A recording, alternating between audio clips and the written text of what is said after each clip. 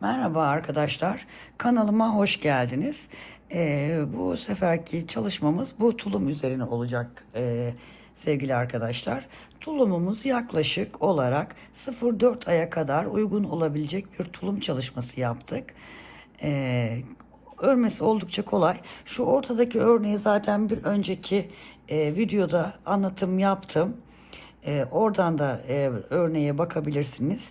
Tulumu iki parça olarak ördüm. Yanlardan dikiş uyguladım. Alt tarafta bu A kısmında 4 tane düğme uyguladım sevgili arkadaşlar.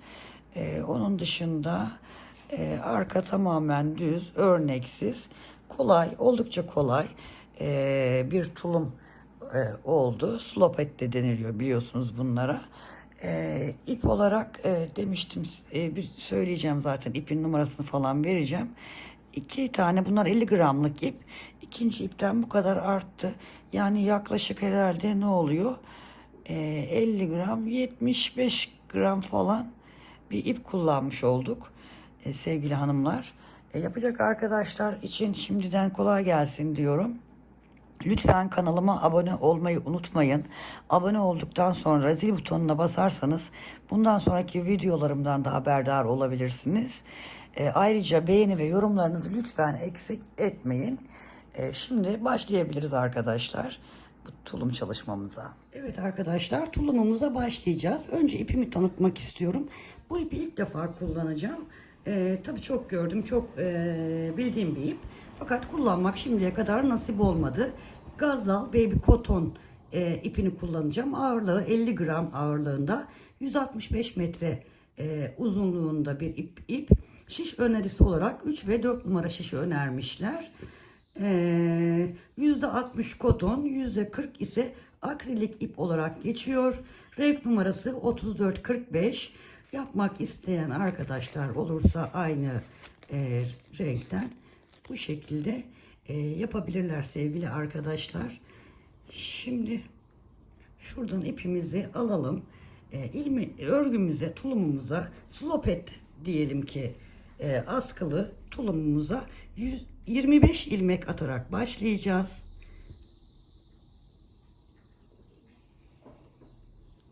Üç numara şiş kullanıyorum sevgili arkadaşlar. 2, 3, 4, 5, 6, 7, 8, 9, 10, 11, 12, 13, 14, 15, 16, 17, 18, 19, 20, 21, 22, 23, 24 ve 25 tane ilmeğimizi attık. 2 diş haroşa öreceğiz. Haroşamızı ben her zaman söylediğim gibi düz örgü olarak örüyorum.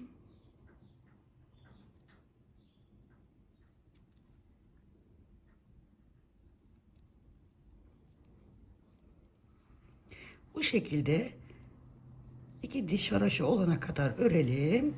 Sonra birlikte devam edelim. 2 diş haroşa sıramızı ördük. Burada tulumumuz için ilik açmamız gerekiyor. Onun için 1, 2, 3 tane örelim. Bir tane keselim. Bir dolayalım. 1, 2, 3, 4 tane örelim. Bir keselim. Bir dolayalım. 1, 2, 3 tane örelim. Bir keselim. Bir dolayalım. 1, 2, 3, 4 tane örelim. Bir dolayalım. Bir keselim. 3 tane örelim.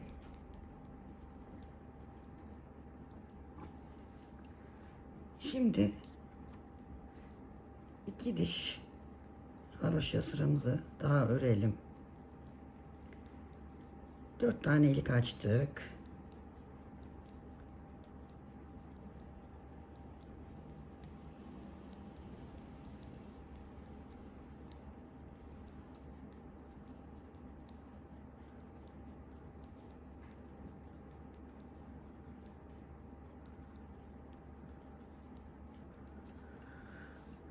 Şöyle bakalım. Bir burada, 2, 3, 4 tane. Şimdi ön sırada bir diş haroşamız oluştu. Bir diş haroşa daha yapalım. Tekrar gelelim. Evet, şimdi örgümüzün artık ön yüzündeyiz ve modelimizi kurmaya başlayacağız.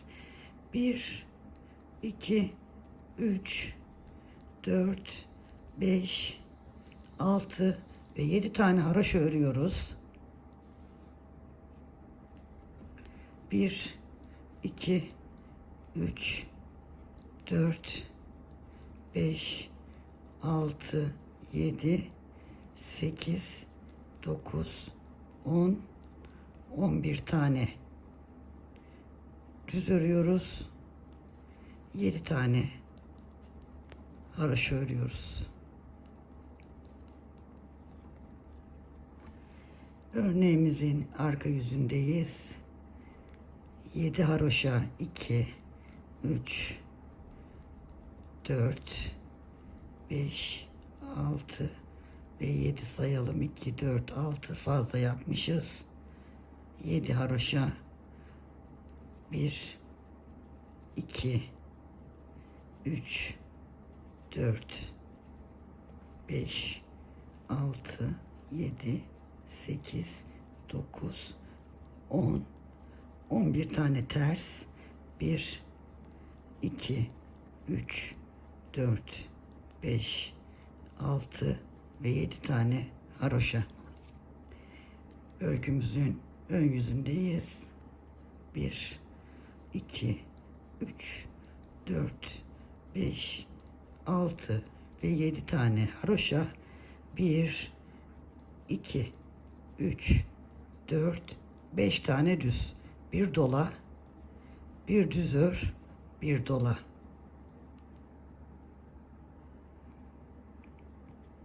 1, 2, 3, 4, 5 tane düz.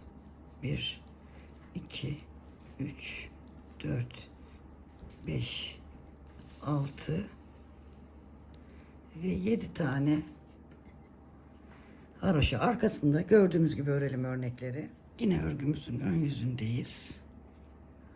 7 tane kenar haroşası. Sonra 1, 2, 3, 4, 5 tane düz, bir dola.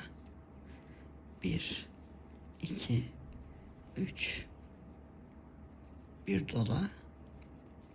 1, 2, 3, 4, 5. Sevgili arkadaşlar, bir önceki videoda zaten anlatmıştım. Şimdi şu ortadaki ikinci ajuru yaptık. 5 tane ajur olana kadar aynı hem buradan ajur hem buradan ajur. Burada 5 haroşa kenarlarda 5'er düz olmak üzere 5 tane ajurlu örneğimizi yapalım. Tekrar birlikte devam edelim. Evet. 1, 2, 3, 4, 5 tane ajur modelini uyguladıktan sonra şimdi kenarlarda artırma yapacağız arkadaşlar.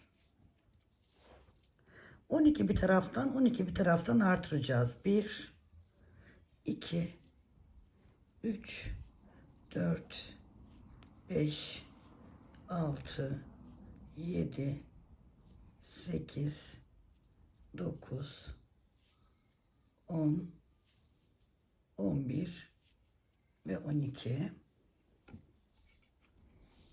Artırdığımız ilmeklerimizi de haroşa olarak öreceğiz.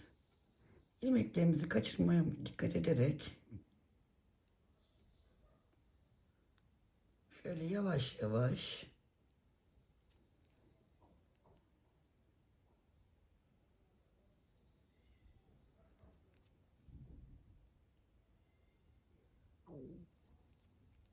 şu çapraz alıyorum ilmekler uzamasın diye.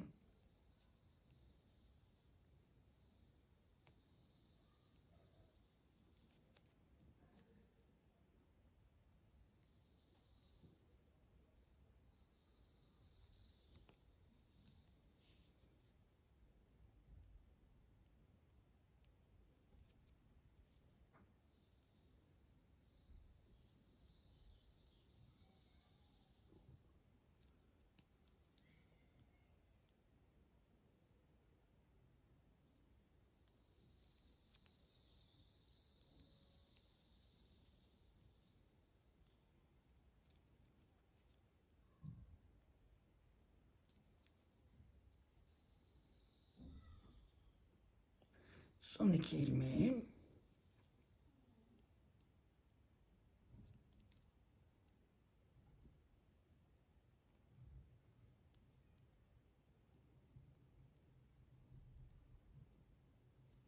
Evet.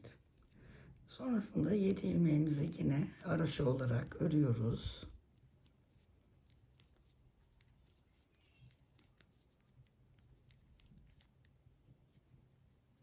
Şimdi bu düz ördüğümüz modeli 1, 2, 3,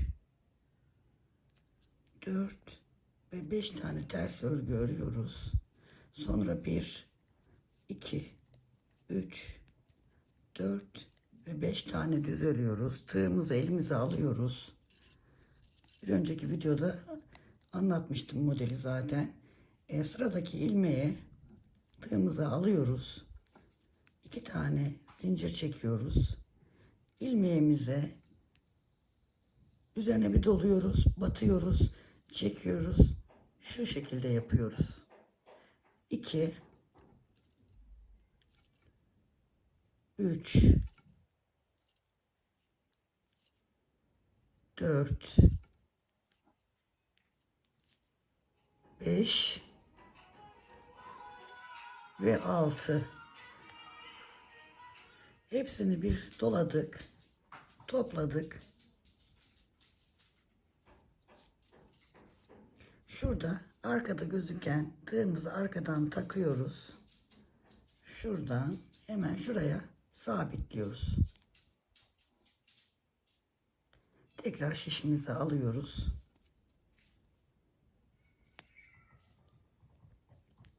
Bir, 2, 3, 4, 5 tane düz örüyoruz. 1, 2, 3, 4, 5 tane ters örüyoruz. Sıradaki ilmeklerimizi 7 tane haroşamızı örüyoruz.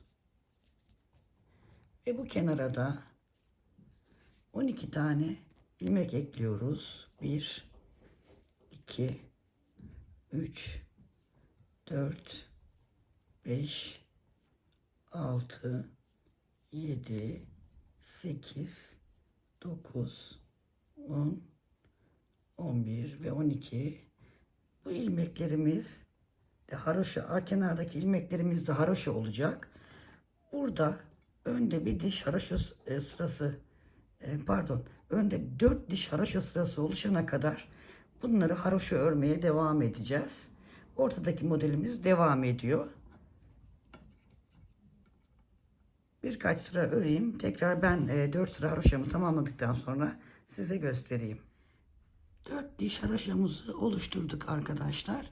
Şimdi artık burada şu haroşalar dahil olmak üzere bütün örnekler düz gidecek. Sadece şurada modelimizi uygulamaya devam edeceğiz. Yani şuradaki bütün ilmeklerimiz örneğe kadar artık düz örgü olarak devam edecek. Önde düz, arkada ters.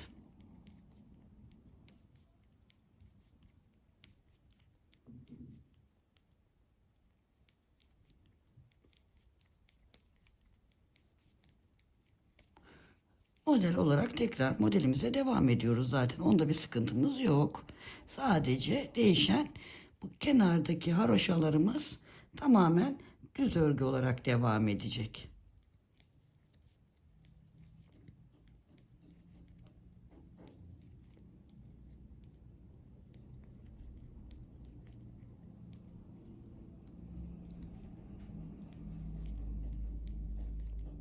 Modelin yapımı bir önceki videoda detaylı anlatımı var arkadaşlar. Oradan modeli iyice takip edip örebilirsiniz.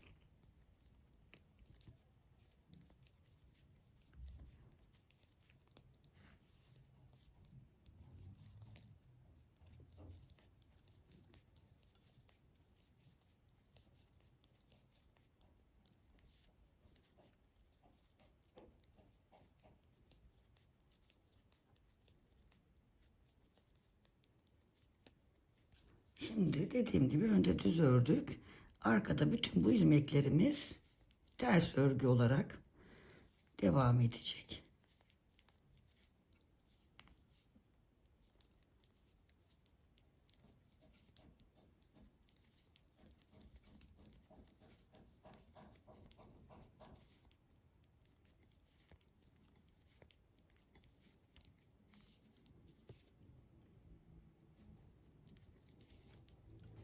Tekrar rica ediyorum. Kanalıma abone olmayı unutmayın. Beğeni ve yorumlarınızı lütfen eksik etmeyin.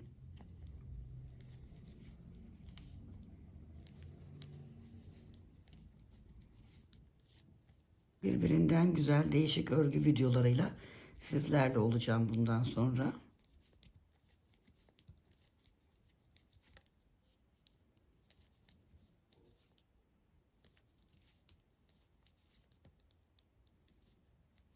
Bir kanalım daha var biliyorsunuz, Ecemci Örgüler. Onda da örgü anlatımları yapıyorum. Oradan da değişik örgülere bakabilirsiniz. Evet, kenardaki ilmeklere geldik. Onlar tamamen dediğim gibi ters.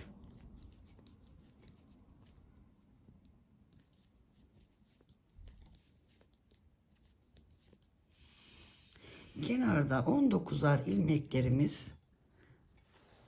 sevgili arkadaşlar düz örgü olarak devam edecek. Ortada model uygulamamız devam edecek. Bakın şöyle görelim. Evet. Şöyle. Model uygulamamız burada devam edecek. Artık bu kenarlar düz örgü olarak devam edecek. 7 tane model uygulayalım. Sonra birlikte tekrar devam edelim sevgili arkadaşlar. Evet arkadaşlar.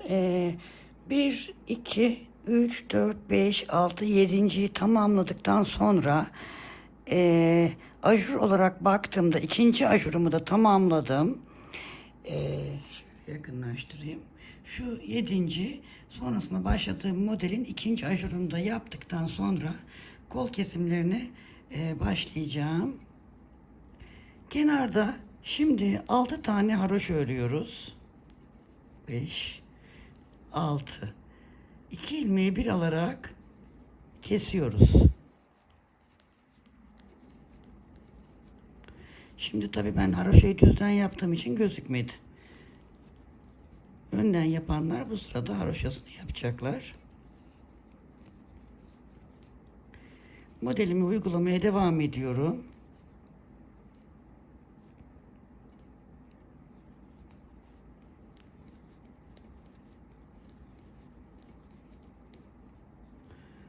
Artır.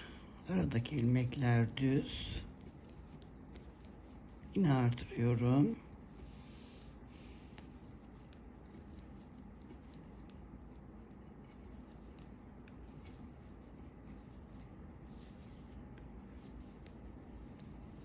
İki tane tersimi uyguladım.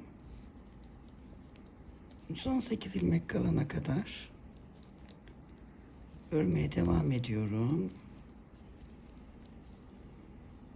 2, 4, 6, 8. Şimdi şu ilmekle şu iki ilmeğin şu şekilde yerlerini değiştiriyorum. Bunu öne alıyorum. İkisini bir örüyorum. Sonra 1, 2, 3, 4, 5 ve 6 tane ilmeğim haroşa. Şimdi daha iyi belli olacak. 1, 2, 3, 4, 5 ve 6 haroşa.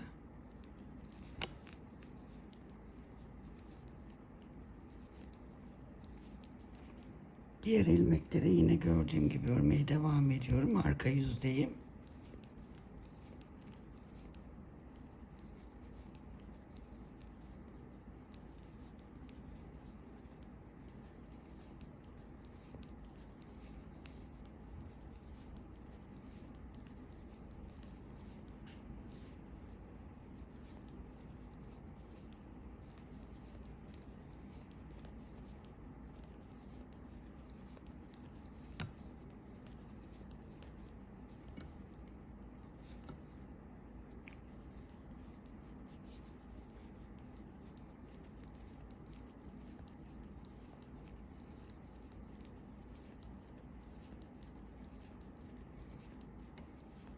Son 6 ilmeğim haroşa olacak.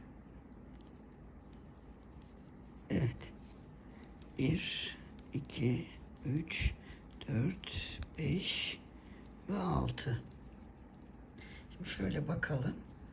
Bakın kenarlardan haroşamız oluştu ve haroşamızın burada sonunda, burada da başında kesimler yapacağız. Şimdi bu kesimlerimiz devam edecek ta ki şu düzler bitene kadar. Ben öreyim.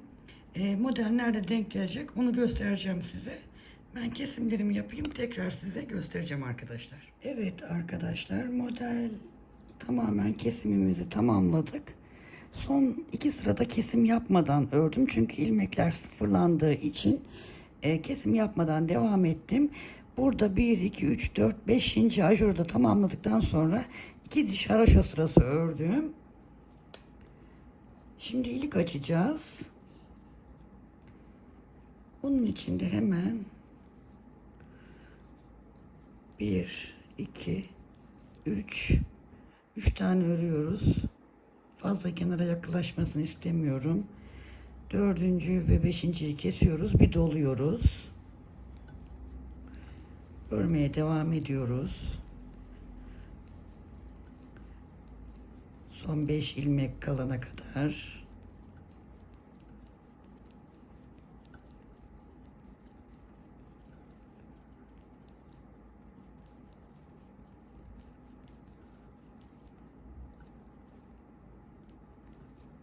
Evet.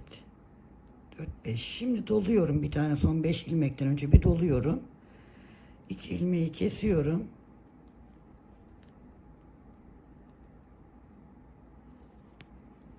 Üç tane de haroşa örüyorum. Şimdi ön sırada 4 tane haroşa sırası oluşturalım. Tek 4 haroşa sırasından sonra da dümdüz tamamen kesip örgümüzü, tulumumuzun ön yüzünü bitireceğiz arkadaşlar. Aslında bütün örülebilecek bir tulum, fakat bazen zorlanıyorsunuz. O yüzden 2 parça şeklinde örmeyi tercih ettim. Şimdi örelim arkadaşlar 2 diş haroşa sırasını. Sonrasında da keselim. Toplamda 4 haroşa sırası oluştuktan sonra arka parçaya birlikte başlayalım. Evet arkadaşlar, tulumumuzun önünü dediğim gibi 4 diş haroşa sırasına tamamlayıp ön yüzde kestim. Tulumumuza şöyle bir önüne baktığımız zaman 3 ile 4 aya kadar olabilecek bir tulum. Çünkü ipimizin inceliğinden kaynaklı daha da büyük yapılabilir, sayılar büyütülebilir. İsteyen olursa istek üzerine büyük sayıları da yapabiliriz. Mesela ne yapabilirsiniz? Şuradaki örneği şöyle 2 tane uygulayıp artırıp ona göre beden kısmını tamamlayabilirsiniz. Şimdi ben arkaya da başladım. Yine 25 ilmek başladık sevgili arkadaşlar. 25 ilmek başladım. 4 diş haroşa sırası ördükten sonra kenarlarda 7'şer ilmek haroşamızı örerek ortadaki ilmekleri düz örgü olarak ördüm. Kenarda, yani şu düz örgüye başladıktan sonra 1, 2, 3 tane haroşa sırası boyunca ortadaki ilmekleri düz olarak ördüm. Şimdi artış yapmaya başlayacağız. Artışımızda hemen kenardaki haroşalarımızı örüyoruz.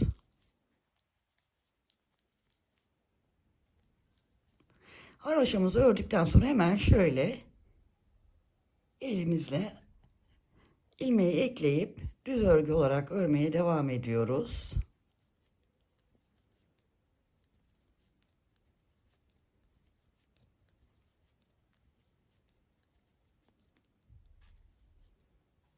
Yine bakın, haroşa öncesinde hemen yine aynı işlemi yapıyoruz. Ve 7 tane haroşamızı örüyoruz.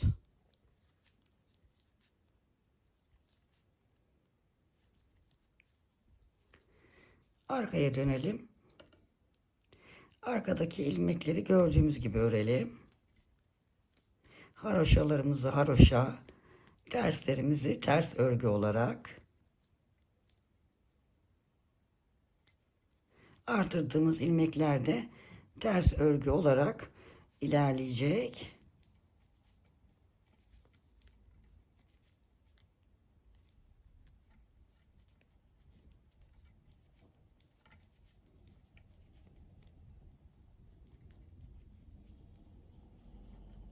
Yedi tane haroşamız.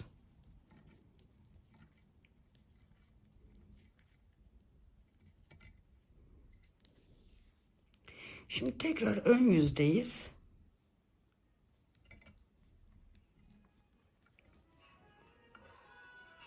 Burada hiç artırma yapmadan ön yüzü tamamladım. Arkaya yine ilmekleri gördüğümüz gibi örelim. Şu ilk kısımda hemen direkt artırmaları yapmaya başlamadım. Bir sıra atladım.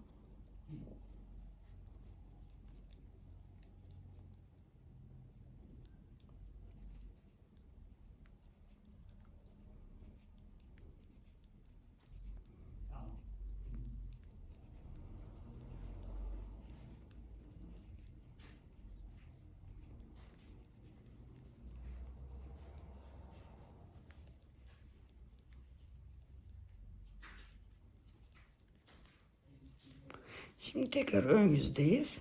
Ne yaptık? Bir artırdık. Bir artırmadan gittik geldik. Şimdi artıralım.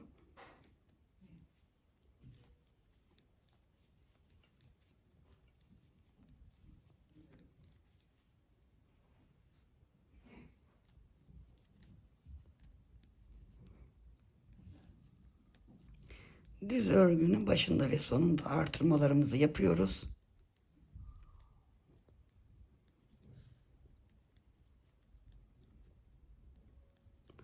Evet, şimdi şurada bir tane daha yapalım.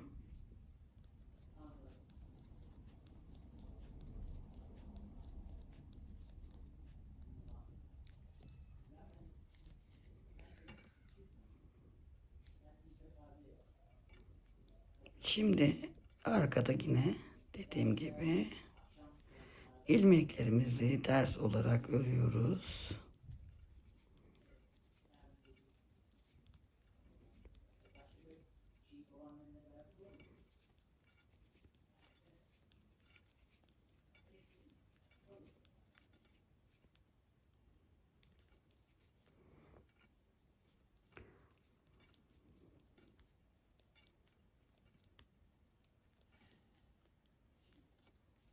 Şimdi bu sırayı da artırmadan örelim.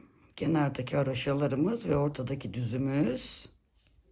Şu kısmı A kısmını arkadan gelecek A kısmını uzatmak istediğim için bunu yapıyorum.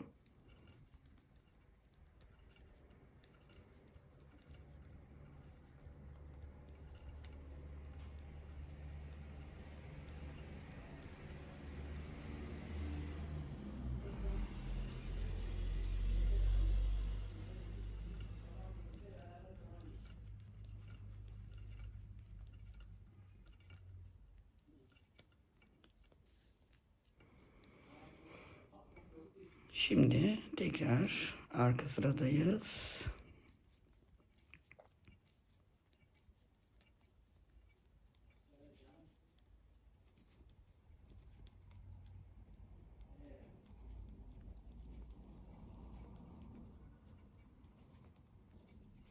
Şimdi bundan sonraki sıralarda tamamen her sırada artırma yapalım.